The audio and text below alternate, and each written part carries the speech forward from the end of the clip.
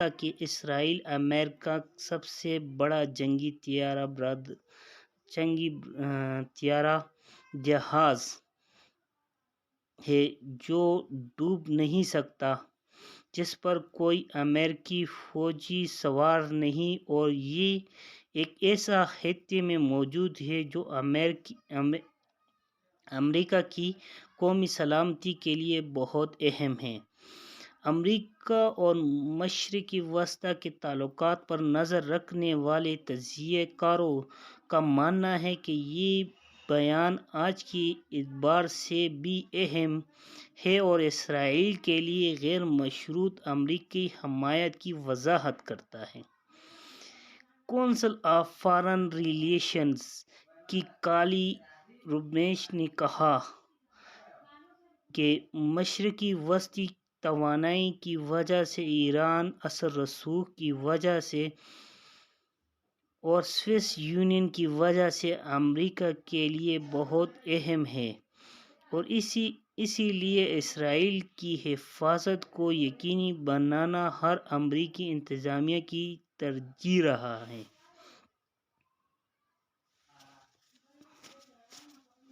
سرد جنگ کو ختم ہو چکی ہے، لیکن امریکہ اور اسرائیل کے تعلقات نہیں بدلے۔ اسی وجہ سے خطے میں درپیش اہم مسائل ہیں۔ ایران اپنے متنازع جوہری پروگرام کی وجہ سے خطے میں امریکہ کے لیے بڑا درد سر رہا ہے۔ وہ حماس کا حامی بھی ہے۔ اگرچہ ایران اپنے متنازع جوہری پروگرام کی وجہ سے خطے میں امریکہ کے لیے بڑے سرد در رہا ہے، وہ حماس کا حامی بھی ہے، یہ کہنا ہے امریکیوں کی۔ اگرچہ اسرائیل اور امریکہ نے حالیہ حملوں میں ایران کے کردار کے بارے میں اشاروں کی بات کی ہے، لیکن اب تک امریکی خفیہ ادارے کوئی ٹھوس شواہد تلاش نہیں کر پائے۔ حال ہی میں ایران نے روس اور چین سے تعلقات مضبوط کیے ہیں، اور امریکہ کے لیے اسرائیل کی اہمیت مزید بڑھ چکی ہے۔ 2014 میں اس وقت نائب صدر بائیڈن نے اسرائیلی رہنما کے ساتھ ایک تقریب کے دوران ایک تقریر میں کہا تھا کہ یہ بنیادی طور پر خود امریکہ کے مفاد میں ہے۔ اسرائیل جیسا اسٹریٹجک پارٹنر محفوظ اور جمہوری اور دوستانہ ہو، یہ احسان نہیں ہے، ایک فرض ہے، بلکہ ایک اسٹریٹجک ضرورت بھی ہے۔ بائیڈن نے اس وقت کہا کہ اگر اسرائیل نہ ہو تو ہمیں ایک ایسا ملک قائم کرنا پڑا۔ مطلب ہے کہ امریکہ کا یہ بھی کہنا ہے کہ اگر اسرائیل نہ ہو مڈل ایسٹ میں تو ہمیں کوئی ایسا ملک قائم کرنا ضروری تھا کہ جو انہوں نے اب جو امریکہ میں نئی نسل کی بات ہے وہ کیا کہہ رہے ہیں، اس کے بارے میں خلاصہ کیا جائے گا، وہ دیکھنا چاہیے کہ وہ کیا کہتے ہیں۔ نئی نسل میں اسرائیل کی حمایت میں کمی۔ موجودہ حالات میں جب ایسے معاملات نہ ہونے کے برابر ہیں جن پر امریکی سیاست کی مرکزی حریف ڈیموکریٹ اور ریپبلک متفق ہوں، اسرائیل کی حمایت ایک ایسا معاملہ ہے جس پر ایسا ہے۔ پروفیسر اسٹیفن روزنل کا کہنا ہے کہ امریکہ میں یہ تصور اب تک قائم ہے کہ اسرائیل کا ایک ایسی قوم ہے جنہوں نے صدیوں کی جلاوطنی کے بعد اپنی ریاست بنائی، جو ایک جمہوری ملک ہے اور ارد گرد رجعت پسند عرب حکومتوں کی کافی مختلف ہے۔ ان کا کہنا ہے کہ امریکی لبرلز کی پرانی نسل میں اسرائیل کے ساتھ جذباتی لگاؤ موجود ہے۔ وہ اسرائیلیوں کو ستائے ہوئے لوگوں کے طور پر دیکھتے ہیں جنہوں نے صدیوں کی جلاوطنی کے بعد بالآخر اپنی ریاست کی بنیاد رکھی، اور انہوں نے تاریخی طور پر ایک ترقی پسند ملک بنیاد رکھی۔ سان فرانسسکو یونیورسٹی کے ماہر سیاست کے مطابق کسی حد تک اسرائیل خود امریکہ کے قیام کی وجہ بننے والی صورتحال کا آئینہ دار ہے۔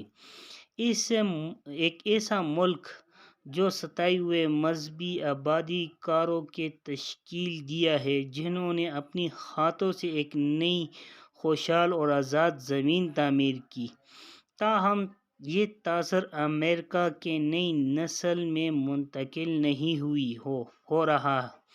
جولائی 2022 میں پیو سروے کے مطابق 65 برس زیادہ عمر کے